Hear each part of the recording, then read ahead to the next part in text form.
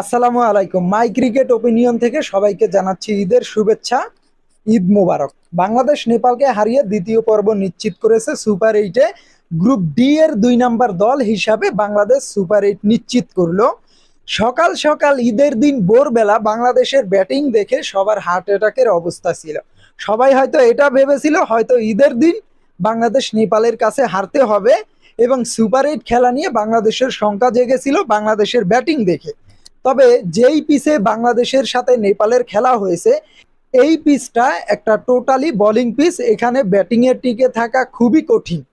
আমরা যদি একটু সাউথ আফ্রিকা নেপাল ম্যাচের দিকে লক্ষ্য করি, সেখানেও কিন্তু সাউথ আফ্রিকার ব্যাটসম্যানগুলো তারা কিন্তু নেপালের এগেনস্টে খুব স্ট্রাগল করেছে।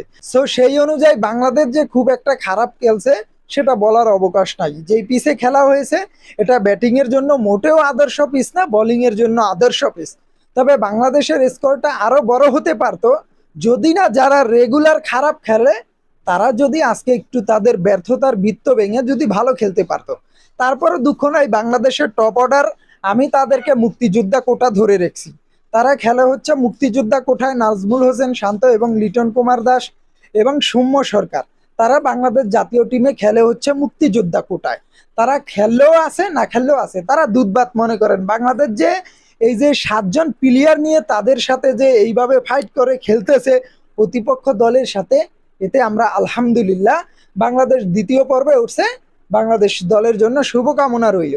তবে এই যে তারা যদি মুক্তিযোদ্ধা কোটা বাদ দিয়ে যদি তারা যদি প্লেয়ার হিসাবে যদি দলে খেলতে পারে, তাহলে সুপার এইটে বাংলাদেশের দারুণ কিছু করার সম্ভাবনা রয়েছে। আর যদি তারা বরাবরের মতো মুক্তিযোদ্ধা কোটায় খেলে যায়, প্রতিবন্ধী কোটায় খেলে যায়, তাহলে আর কিছু করার নাই। আমাদের এই 7 জন প্লেয়ার নিয়েই খেলতে হবে।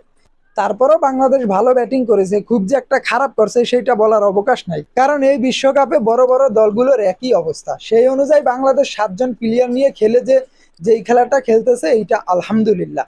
তবে সুপার এইটের জন্য বাংলাদেশ দলের জন্য শুভকামনা রইল। তারা যদি এই মুক্তিযোদ্ধা কোটার প্লেয়ারদের কোটা বাদ দিয়ে যদি তারা দলে প্লেয়ার হিসাবে খেলতে পারে, তাহলে সুপার এইটে বাংলাদেশ দারুণ কিছু করবে। শুভকামনা বাংলাদেশ দলের জন্য। আবারও সবাইকে জানাই মাই ক্রিকেট ওপিনিয়নের পক্ষ থেকে ঈদ মোবারক।